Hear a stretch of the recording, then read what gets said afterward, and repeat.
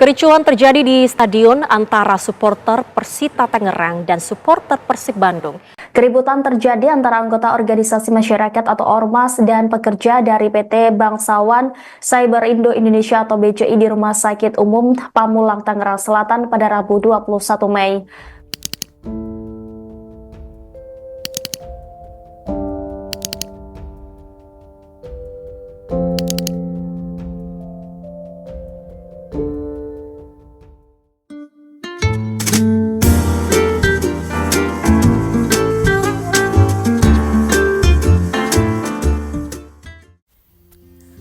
Akhir-akhir ini, kalau kalian lihat berita atau timeline medsos, konflik tuh muncul di mana-mana loh. Ada yang ribut gara-gara parkiran. Mas, parkirnya sembarangan ini mas. Terdeteksi anak Sidoarjo. Mas, parkirnya mas. Iki pedaku gak iso metu mas. Ki dalan iki. Kok iso parkir ning kene lho. Sampai konflik yang bikin warga satu daerah pecah jadi dua kubu. Dari lokasi wisata, dua desa di Halmahera Selatan, Maluku Utara terlibat bentrok. Di kampus pun sama aja. Kelompok tugas bisa tegang loh gara-gara miskomunikasi. Sebenarnya, konflik itu bagian dari kehidupan kita. Tapi, cara kita mengakhirinya itu yang paling penting. Nah, salah satu pendekatan yang paling damai dan paling manusiawi adalah mediasi.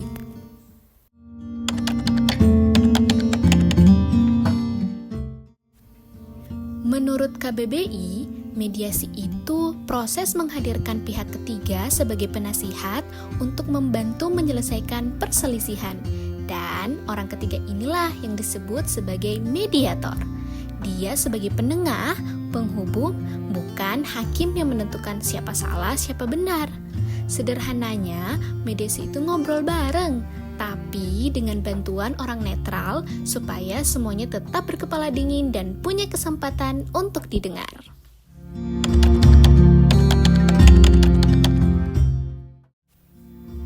Kenapa sih mediasi ini penting banget buat kita?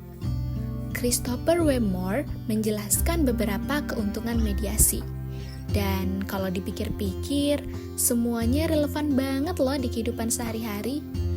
Yang pertama, lebih hemat waktu dan biaya. Gak perlu tuh ribut panjang atau bawa masalah ke proses yang lebih panjang. Yang kedua, prosesnya juga jauh lebih cepat. Terkadang, 1 atau 2 sesi ngobrol saja sudah cukup. Yang ketiga, hasilnya pun juga memuaskan kedua belah pihak. Karena keputusan yang diambil itu keputusan bareng-bareng, bukan dipaksakan.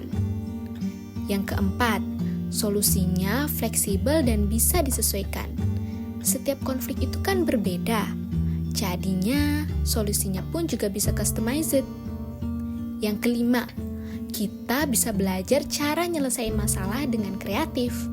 Kontrol pun juga tetap di tangan para pihak, karena mediator itu cuma membantu, bukan menentukan. Selanjutnya, bikin pihak yang konflik itu merasa punya kuasa kembali. Nah, ini penting banget nih, terutama ketika salah satu pihak biasanya merasa tidak didengar. Dan yang terakhir, relasi bisa tetap terjaga. Atau, kalaupun berpisah, perpisahannya tetap baik-baik kok.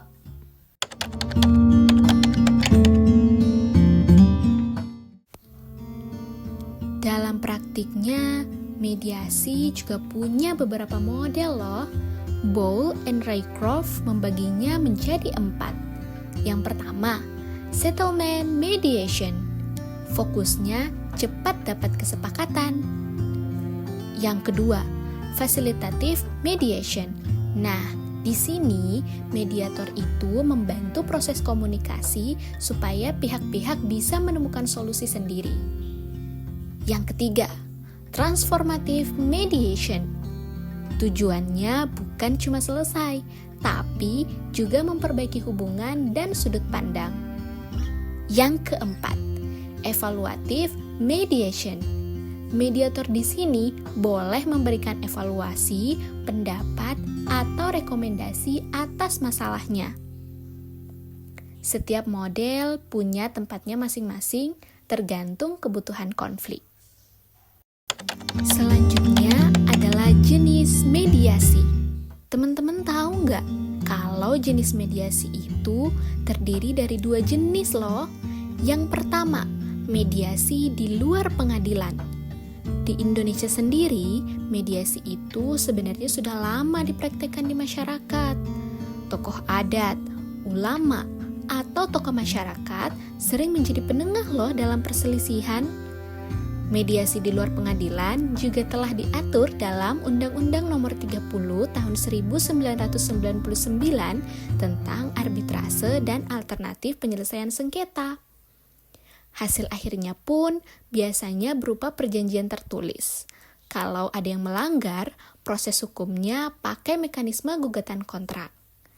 Nah, jenis mediasi yang kedua adalah mediasi di pengadilan. Kalau di pengadilan, mediasi itu merupakan bagian dari proses hukum. Nah, hakim di sini biasanya akan meminta para pihak mencoba mediasi dulu sebelum sidang berjalan. Di sini, para mediator itu biasanya hakim atau ahli yang ditunjuk. Kalau berhasil, hasil mediasi ditetapkan oleh hakim dan sifatnya mengikat seperti putusan pengadilan. Lalu, apa sih peran dan fungsi mediator?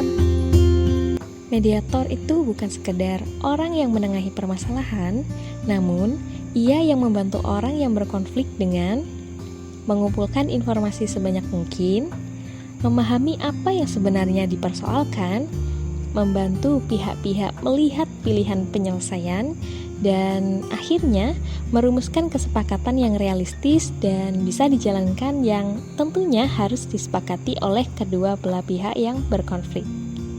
Mediator itu ibarat orang yang membantu menerjemahkan apa yang dirasakan dua pihak supaya mereka bisa saling memahami. Lalu bagaimana sih proses pelaksanaan mediasi? Christopher W. Moore menguraikan proses mediasi yang cukup runtut, mulai dari yang pertama, mediator membangun hubungan awal dengan pihak-pihak yang bersengketa. Lalu, ia memilih strategi yang cocok untuk kasus tersebut. Kemudian, ia mengumpulkan dan menganalisis informasi latar belakang konfliknya.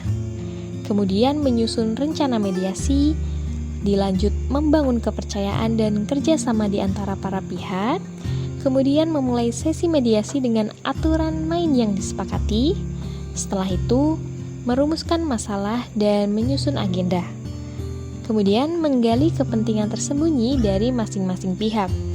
Setelah itu, mengembangkan berbagai pilihan penyelesaian dan kemudian menganalisis satu persatu pilihan tersebut.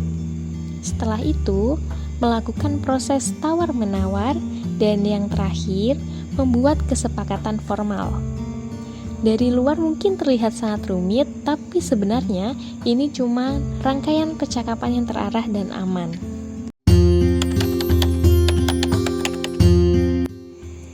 Meskipun mediasi adalah cara penyelesaian konflik yang aman, tapi tentu saja nggak ada metode penyelesaian konflik yang sempurna. Mediasi juga punya beberapa kekurangan seperti kadang prosesnya bisa memakan waktu lama. Hasilnya hanya sekuat perjanjian, jadi kalau dilanggar tetap butuh proses hukum. Sangat bergantung pada itikat baik para pihak. Kalau mediator tidak mendapat informasi yang cukup, hasilnya akan bias.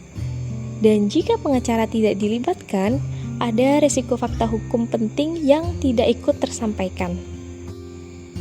Jadi intinya, mediasi adalah cara penyelesaian konflik yang paling manusiawi, paling damai, dan paling memungkinkan untuk menjaga hubungan. Konflik itu normal, tapi cara menyelesaikannya dengan kepala dingin dan bantuan pencegahan yang netral adalah bentuk kedewasaan. Apakah kalian tertarik mencoba salah satu teknik penyelesaian konflik ini?